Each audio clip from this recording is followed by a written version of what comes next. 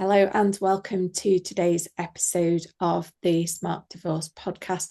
Something a little bit different in this series today because I have two guests, and we very rarely have two guests on because my menopausal brain doesn't work terribly well with talking to two people at the same time, so wish me luck. I'm delighted to welcome the lovely Sarah Steele, who is a divorce coach, and Karen Gray, who is a family solicitor. I'm going to let them introduce themselves in a lot more detail, but both of them work with clients who are in abusive relationships as well as other people. So I wanted them to come on and talk a bit about how they support people in those relationships. So I'm going to start with you, Sarah, if that's okay. Can you tell us a bit about your role as a divorce coach in divorce and helping people who are leaving domestic abuse relationships? Yeah, certainly. Well, I'm an accredited divorce coach, and I train with Sarah Davison, where I also did my master practitioner, which is all about supporting both men and women who are in abusive relationships. So that's sort of where I've drawn my experience from, and her tools and strategies, obviously. So as a divorce coach who deals with clients who are in abusive relationship, it's a very complex and overwhelming process of leaving an abusive relationship. And my role involves offering, emotional support, helping clients rebuild their resilience, their confidence, manage their emotions, manage conflict, and offer them practical strategies and to help them safely exit relationships. So I basically serve as a guide, as a supporter, as a cheerleader, and as a strategist, really. But obviously, when you're dealing with clients who are in abusive relationships, it requires a very deep understanding of the unique, challenges faced by survivors. So, what I do is I see men and women, and I tend to get my referrals either word of mouth, via Karen, or a lot via my networking meetings, actually. So, it's quite a privilege actually to deal with, clients who are in abusive relationships, because it takes an awful lot of courage for them to reach out and to sort of, ask for help. So it's a very unique position that I find myself in, but it's one that I find hugely rewarding. Absolutely. And we'll come back to talking a little bit more detail about how and when. But I think it's important to say you're a divorce coach, not a therapist, aren't you? Correct. Yes. And So sometimes people might need a therapist as well. It's you're not replacing that. Absolutely. Yeah. Okay. So I very much deal with the emotional side and the practical, complexities that Yeah. are involved in that process. But it's all about empowering my clients, building their confidence, and I'm there to build their confidence and their resilience so they can make decisions, learn to make decisions for themselves moving forward. And that's really important, generally in life, and especially through the legal process.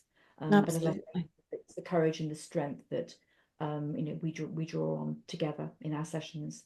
Yeah, confidence and resilience is so often knocked, particularly when Yeah, you have been the subject of abuse throughout your relationship, which you thought was a trusted relationship. So yeah, and that's that's really important. you often hear this word about clients describing themselves as feeling annihilated, and they do. They feel completely annihilated.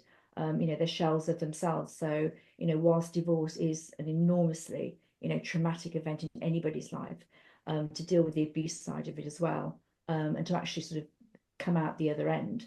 Obviously, I like working with clients post their divorce as well, just to build them up, and to see them sort of go right from the basis of feeling they can't even decide what they want for breakfast, Yeah. to creating a life for themselves outside their relationship. It is quite something. Absolutely. It's a real privilege, isn't it, to work with Absolutely. people post-divorce. And I'd feel a slight tinge of sympathy for the poor divorce solicitors who don't get to see that so much because their role kind of stops when the divorce stops. Bring you in at that point, Karen, and can you tell me a little bit about the work that you do? Yeah, I'm a family lawyer, and I specialise in cases that feature domestic abuse. And I do the normal family lawyer, finance, divorce, children matters predominantly, and I'm accredited for, I have a Law Society accreditation that specialises in domestic abuse cases and also children matters featuring domestic abuse. And I also work alongside, I work with Pathway Project and CHAD, Women's Refuges, that I can go into a bit more detail in a bit. But I work closely with them, providing legal advice to them, and helping them, and also bringing Sarah as a divorce coach into those dynamics to support legally and emotionally the clients. Me from the legal side of view, point of view, and Sarah to help emotionally, so that we can ensure that their rights are protected, and Sarah can help with the emotional side of that and guide them through that and support them.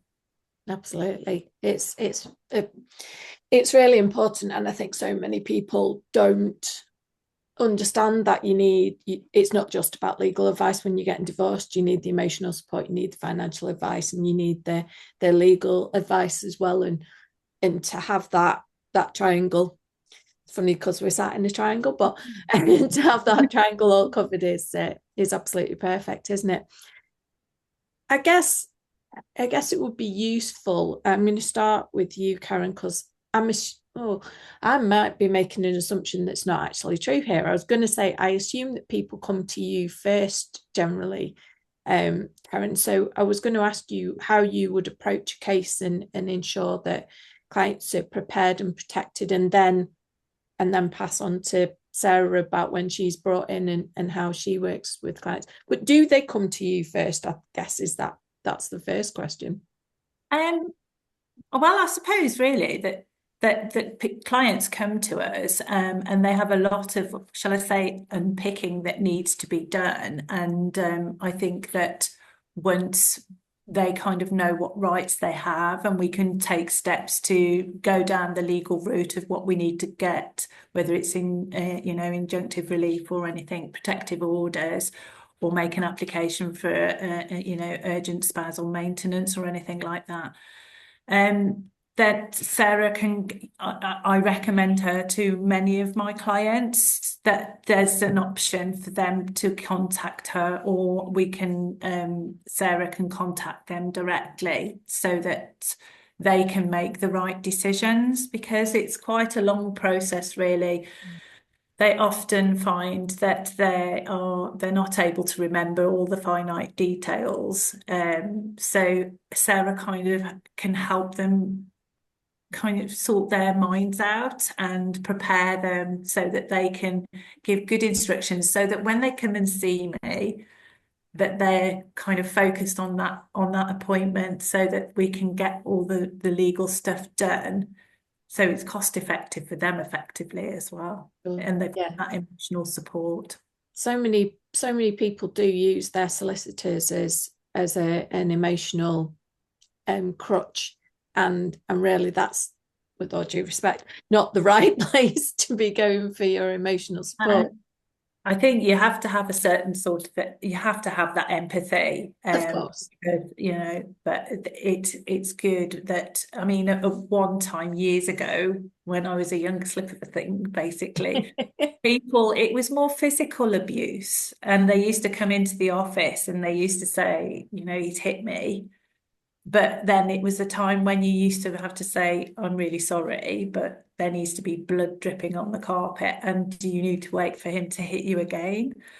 That's going back a few years ago. But now there's all sorts of the physical, the sexual, psychological, emotional abuse that everybody is now aware of, that's constant and ongoing. And I think that having somebody like Sarah available can help them with that, because it's quite traumatic to deal with as they're going through the separation and the legal route.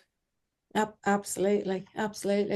And Sarah, how do you come in? How do you approach working with somebody who's been in it, who's being in an abusive relationship, which I guess, I just heard Karen talk about the physical side of things. I work a lot with people who've been economically abused and financially abused. And the long and short of it is it's all power struggle, isn't it? It's all down to coercive control. It's somebody wanting to have power over another person. Yeah. So how do you work? Where do you start? I mean, basically, as I say, I offer emotional support and empowerment. And divorce from an abusive partner is not just a legal separation, but it's also a journey of reclaiming their self-worth and their autonomy. So the most important thing I do, first of all, is just to listen, to listen to them. Obviously, I offer a free 20-minute call. That might not even happen. We might go into my first session, which is usually an hour and a half. And a lot of that is just listening, because it might be the first time that person, man or woman, has felt seen or heard or validated or believed. And it's just so important to invite them to open up and share in an honest way, in a safe and non-judgmental space, to express their fears, their frustrations, and their concerns and their doubts, because quite a few of them don't actually know they've actually been in an abusive relationship, and they don't understand why they're feeling like they're feeling. Yes, divorce is very traumatic, but it's another level when you've been in an abusive relationship. So I help them to recognize and validate their experiences, which may have been dismissed or minimized by the abuser or even family members. They might have tried to express concerns if they're fortunate enough to still have connections with their family, and the family might have belittled that again, and that I've heard quite a bit. So, my whole aim is to empower my clients by, as I say, building their confidence, reinforcing their ability to make decisions for themselves. But there's a lot about education and awareness, because if you've got someone that, quite clearly when you're listening to them and you're taking notes, I always tell them I'm taking notes, and you're hearing about their experiences, the behaviours they've been subjected to, they think that's normal. And it's bringing that awareness to the client that that's not normal, that's not acceptable, but it's the way that you do it, and it has to be very, very carefully and sensitively brought to light, if you like.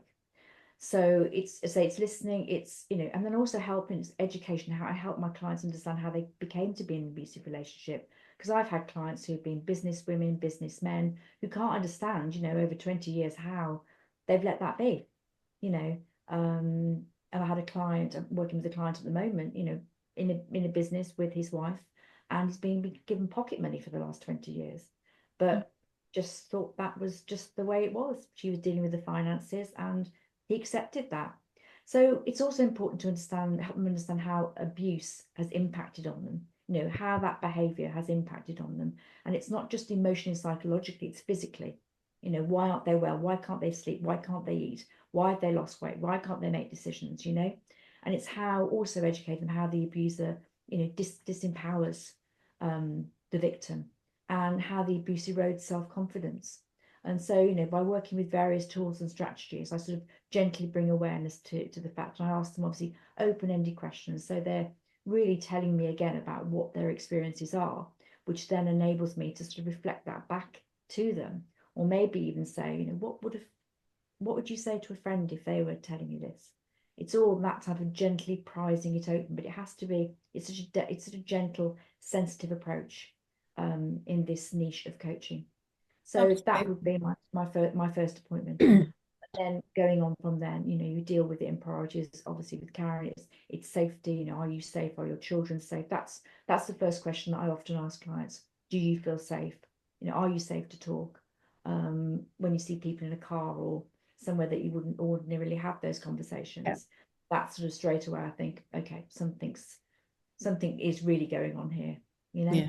But every client is different, every single client is different, but it's showing that level of empathy, but also being the type of person. I'm quite an energetic coach who, I want to show them that they will get through this, that it's not their fault, the behavior is not acceptable, and they deserve more. Absolutely. I like that. Sounds great. The particular thing that resonated with me is about them being believed, because that's so important, because people who have being in abusive relationships often aren't believed because the controlling party is usually charming and everybody loves them, everybody thinks they're amazing, because they're not subjecting everybody around them to this behavior. They don't come in with a, you know, like a baddie mask on or whatever, you know, they are the person that everybody thinks is great, and everyone's like, no, they couldn't possibly be behaving like that. So I think that's that's really important. whether it's them, you know, is it me? Absolutely. It's their fault, whatever's Yeah. their fault. Yeah, and absolutely not. You know, it's there's just no question, is that that's absolutely not the case. Karen, I wonder how you manage. Obviously, you've got heaps of experience, you know, going back, not saying you're old, but you've obviously very experienced in working with these clients, and I wondered how you manage communication boundaries to make sure your client feels supported. But it can be overwhelming getting divorced, can't it? There's so much that it feels like you need to do, particularly at the beginning. How do you manage that? I think that you've just hit on when Sarah was saying that they need to be reassured that they're believed, and I think that's one of the first, that they can talk to me. You have to have a certain empathy, and they need to trust that I have their best interests at heart. And I kind of break things down that to try and ascertain. It can take a lot longer with a client who's been abused, so it's more of a trauma-informed approach. So it is a longer process. It's kind of trying to establish what's priority for them once their safety is there, and what they want to try and achieve, because not everybody can actually face going through that process if they feel that they have that breathing space first. But I think it's kind of getting them to realise that I believe them. They've got the support, perhaps from Sarah or from the refuge that they've got, that they're engaging with, and kind of break down what's their priority. It might be children, it might be to get some money. And a lot of people come in and think because they've been abused and they're told that they're not going to get one penny, that they don't have any rights whatsoever.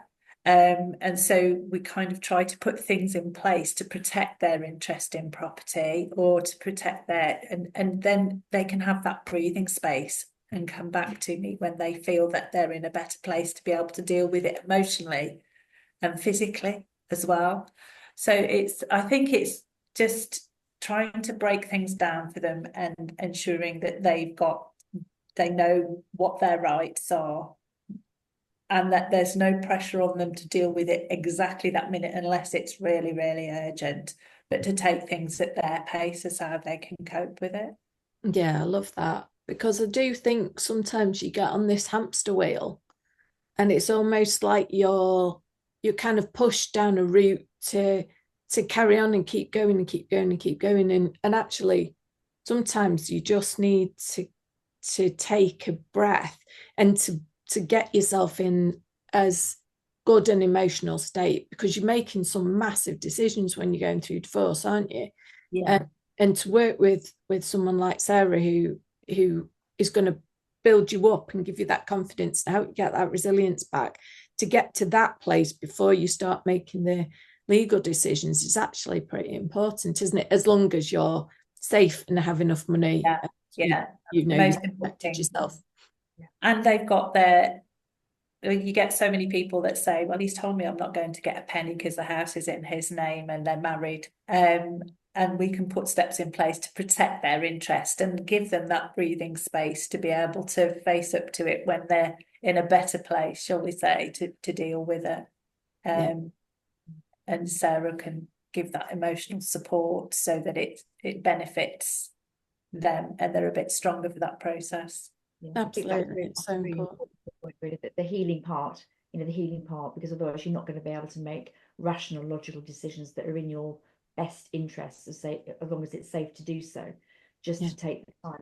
There's no rush, and that's really important. The fact that Karen said it's at your pace, so even though they're seeing me or they're seeing Karen, there's no rush. No one's going to force you to do anything. This is your time to sort of build your strength up, to build your confidence up, and just take a breath, a breath, and someone by your side to guide you.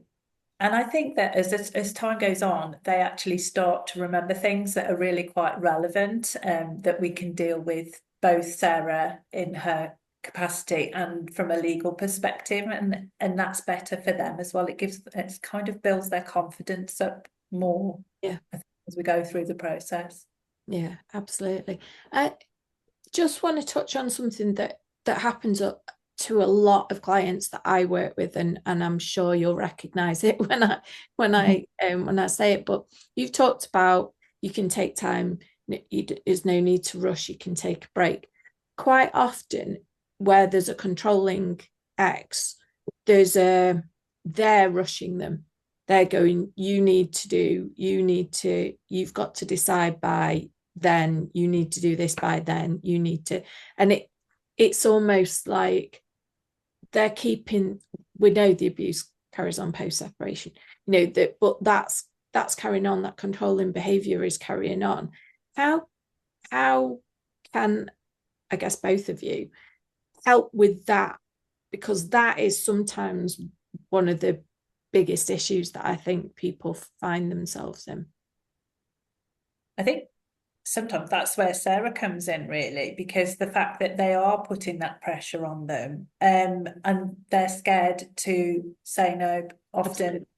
And I think that I think the separation, the abuse after separation can be worse often.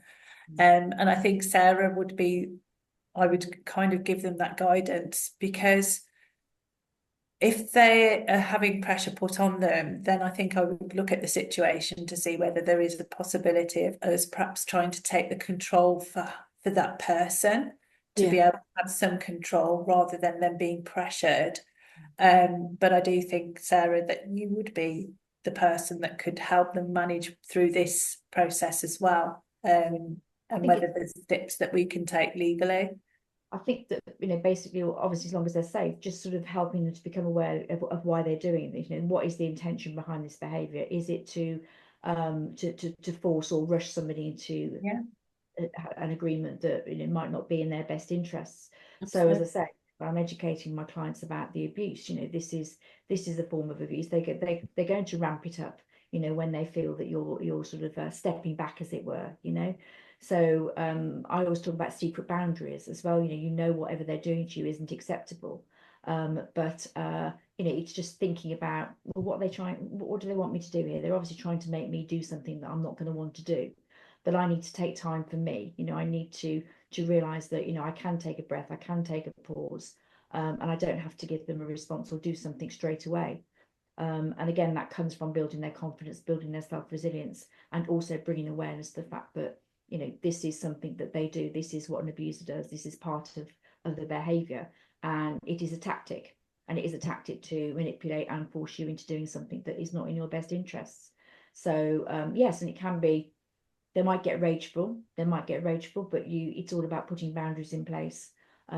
Possibly deploying the grey rock technique, and being just literally sort of coming out and saying, at the moment I'm not, I can't think about that right now, but let me sort of take a breath and I'll think about it and come back to you. So you're not sort of being too explaining why you're not taking immediate action, but just to sort of give yourself a bit of a break.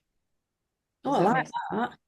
That's a great technique. That's excellent. So part of your work is giving people techniques to help them when they're not with you as well, because absolutely, I think I would feel quite tempted to just need to see you every day because you sound like your support is amazing.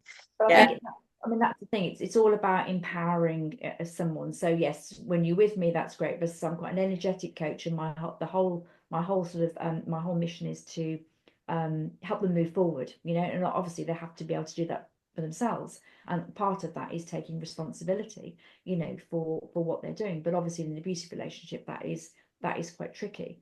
But it's all about, putting boundaries in place. And as I say, I call them silent boundaries, because you're not going to say, well, I'm not doing that because I'm not doing that anymore, and to make them more rageful, but just acknowledging in your own mind that, that is, I know what you're doing, I know why you're doing it, and I'm not accepting that behavior. So I'm going to take a moment, I'm going to take a breath, I'm going to go for a walk, I'm going to have a cup of tea, I'm going to stroke my dog, but it's not biting, it's not reacting, it's responding. It's not reacting to the baiting that's probably going on, because that's what they're trying to do. They're trying to evoke a reaction. And I'm sure you've heard of the grey rotten technique, but all they're trying to do is to get a little bit of to evoke a reaction, either to make you upset or you rageful, so they can engage in a bit of conflict. So that's why it's important. The education part is so important. We talk about their behaviors, their abusive partners' behaviors, and we sort of literally form a checklist. And it's one of Sarah Davison's amazing tools, and she calls it the game changer checklist, where you might have a list of all these behaviors, so you can put them on your phone. So when your partner starts to start behaving in a way that is familiar to you, that you just think, I know what he's doing, it's on that checklist that I've done with Sarah. I know what he's doing. What's he trying to do? He's trying to cause me to be upset. He's trying to cause a row, trying to make me to make a decision. So it's a really great tool to use with the clients. It's all about empowering them to know what's going on, because that behavior is not unique to that person. It is what abusers do. Yeah, absolutely. There's a pattern, isn't there, and a program of behavior that you can recognize, and to an extent, as soon as you've got that awareness of what's coming next, and it's that aha moment, so it's that, it might be the touch, or it might be a look, ordinarily would have completely derailed you. Well, I work with clients to not to walk away, but to recognize it as what it is, and to think about something they're grateful for, which is a really sort of very good antidote for overwhelm, or just gets them to think of something else, so they're not automatically triggered and start going into a spiral of anxiety. Yeah. Oh, it sounds wonderful. I'm sure lots of people could benefit from your help, and people in normal life as well. But I know you mentioned earlier, Karen, in your introduction, that you work with 2 refuges. Could you tell us a little bit more about the work that you do with them, and what inspired you to get involved with their work? They're women's refuges. One is based in Lichfield, the other one's a local one to the office where I work. And I've always wanted to see if there was anything that I could do to help victims of abuse. So I approached them, various ones actually, and said that I would like to offer sessions once a month or once every 3 months. I do with the one to give legal advice to women service users who are perhaps in safe accommodation, and even to women service users that come in that use the outreach services that they provide.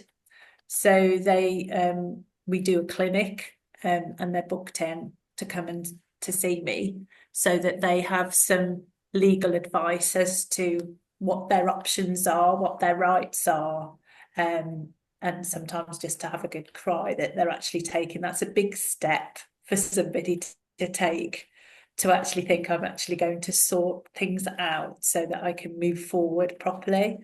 It's a huge step for them to take.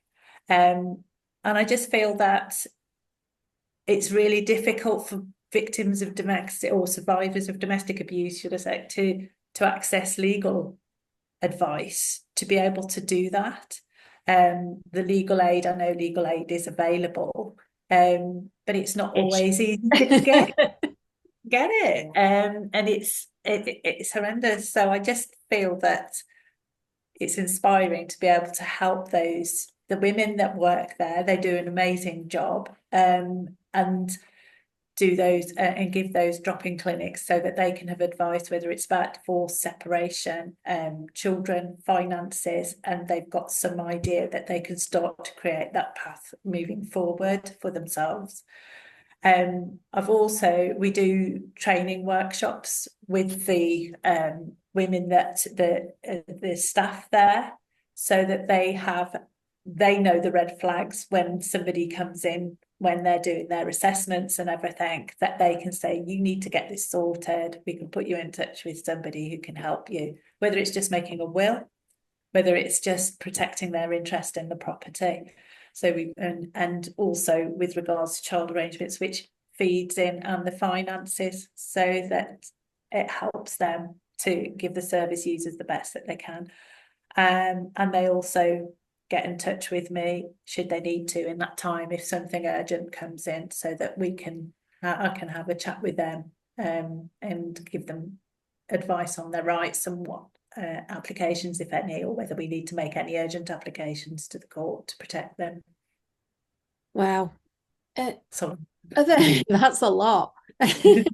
Are there common questions that you get asked at the clinics that you have? they don't want to go to court, obviously.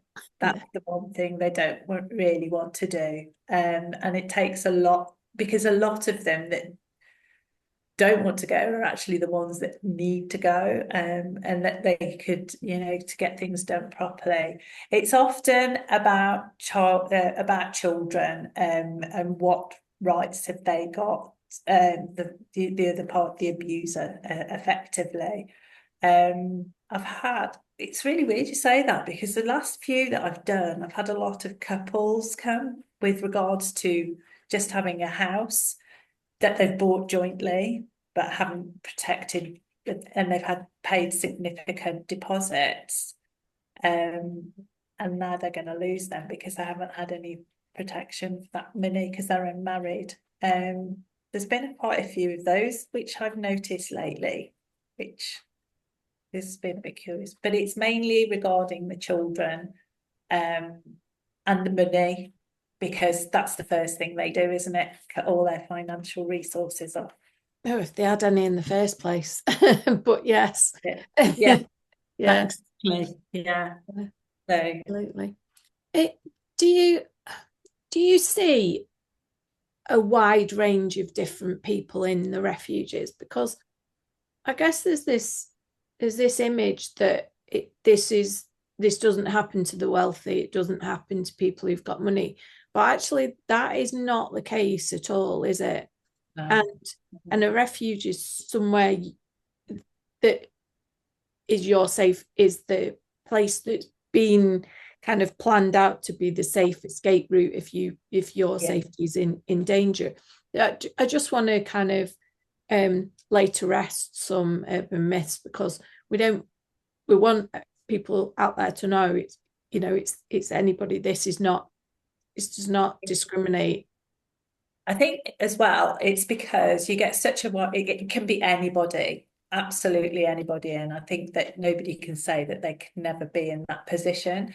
But I think what you have to appreciate is that they have refuges, they have homes where they take people in to protect them, but they also have a wide range of outreach services that the public can use, and they can help you and support you remain in your home, provided it's safe for them to do so, and they can access the support that they give at those refuges. So I think that's why you get such a wide range of people that are going through this. And I work with one woman at Chad who actually specialises in helping over 50s.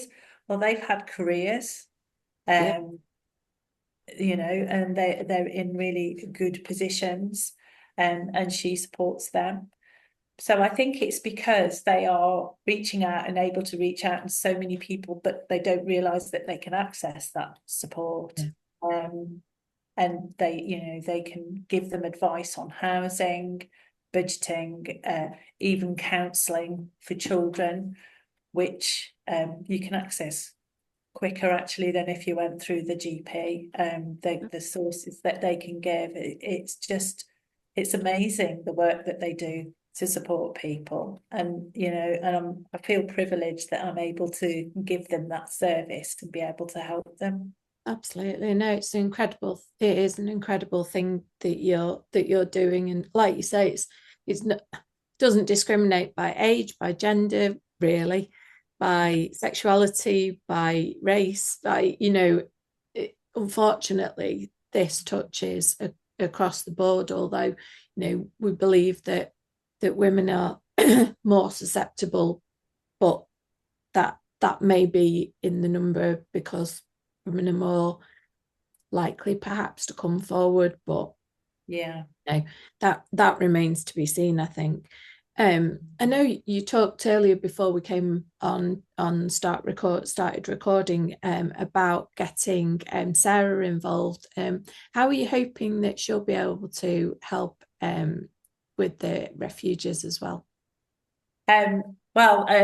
She'll be able to give them workshops with strategies and things to put in place. I think that Sarah would be invaluable to them, because they wouldn't be, service users in particular that are in refuge, wouldn't be able to access it. And it's something that I know that the Pathway Project are keen to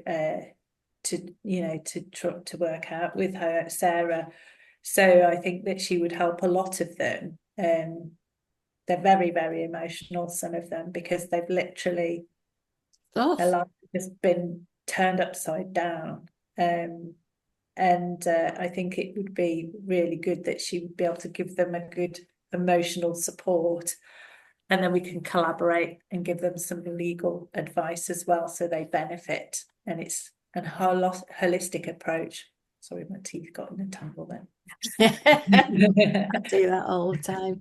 I think as well, Tamsin, because part of my training on the Master Practitioner with Sarah Davison, we had the sort of the privilege of sitting in on the Freedom Programme and listening to that for 10 weeks, and obviously, offering support and coaching on that.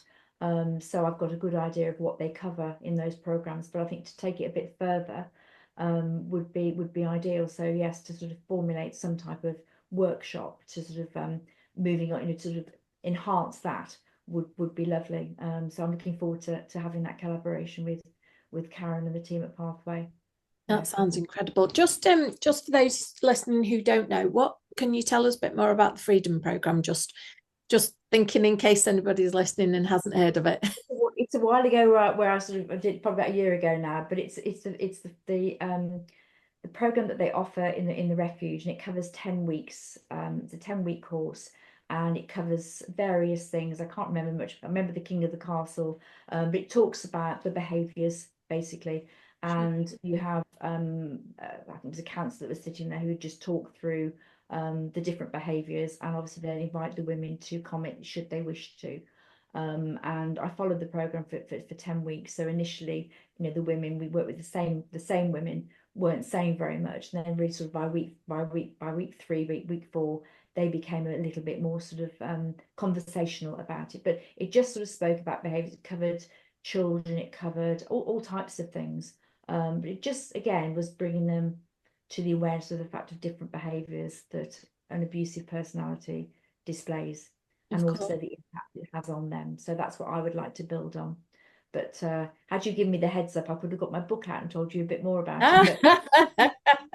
There's a follow-on from it as well. There's a follow-on. I recommend that my clients to access the Freedom Programme, because, and they always say they just don't want to talk about things then. But I think every person that has gone and completed it has come back and said it's been invaluable, and it was such a comfort to the education that it gave them, and the believing them as well. It was amazing. It's really good. It's about the education part. It's about, help understand why they feel like they do, and the impact that, being in an abusive relationship has on you. And as I say, it's emotional, psychological, and physical. and just that sort of encouragement that you will get through it. It's not your fault, and it's not acceptable, and you don't have to accept abuse on any level. And it just keep reiterating that, because quite a few of them, as I said, have been made to feel they were at fault. It was their fault. It's the blame shifting that really sort of gets to people as well. Yeah, absolutely. No, it sounds an incredibly useful program, and it's funny that you say that people often don't want to when you first offer it, and I wonder if there's a point at which you kind of get a little bit down the line and you think, okay, I'm ready now. Yeah.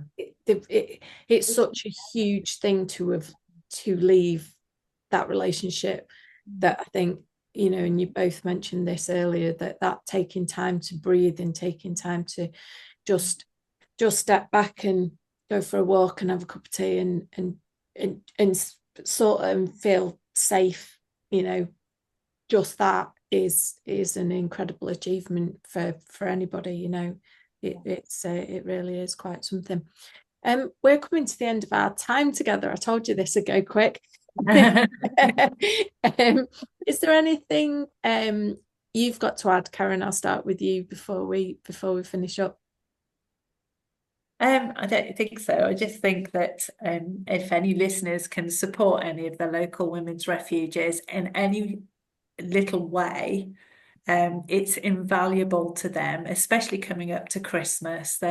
Gifts for children for Christmas, anything like that, because often if people have to go into refuge accommodation, they don't have a choice. They are literally in the clothes that they're standing in, and they have nothing. Toiletries are invaluable because they give them toiletry packages on arrival, so they've got their own stuff to have. Anything like that would be amazing, I'm sure. Brilliant. Thank you for that. That's really good advice. I was hearing yesterday from Sam Billingham about the buddy bags as well for children, which again is a really incredible thing to do. Yeah. So if anybody can help, that would be absolutely amazing. If you need the services, then please make sure you get in touch with them safely, or get a friend or colleague at work, anybody that you can contact them safely. And Sarah, anything that you'd like to add before we finish up? I think it's just keep campaigning, keep raising awareness of domestic abuse on social media platforms, especially LinkedIn. I think there's been a lot on that recently. I think it's amazing that Queen Camilla did that television program last week. Absolutely. I think her speaking out is going to really make people think. Yeah. And that's what we need to do. Abuse can happen anywhere, and it goes on behind closed doors. Yeah, absolutely. And we often don't know, do we? Thank you so much to both of you for joining me. It's been absolutely wonderful to talk to you both, and keep up the great work. And I look forward to hearing more as you move forward. But thank you. Thank you.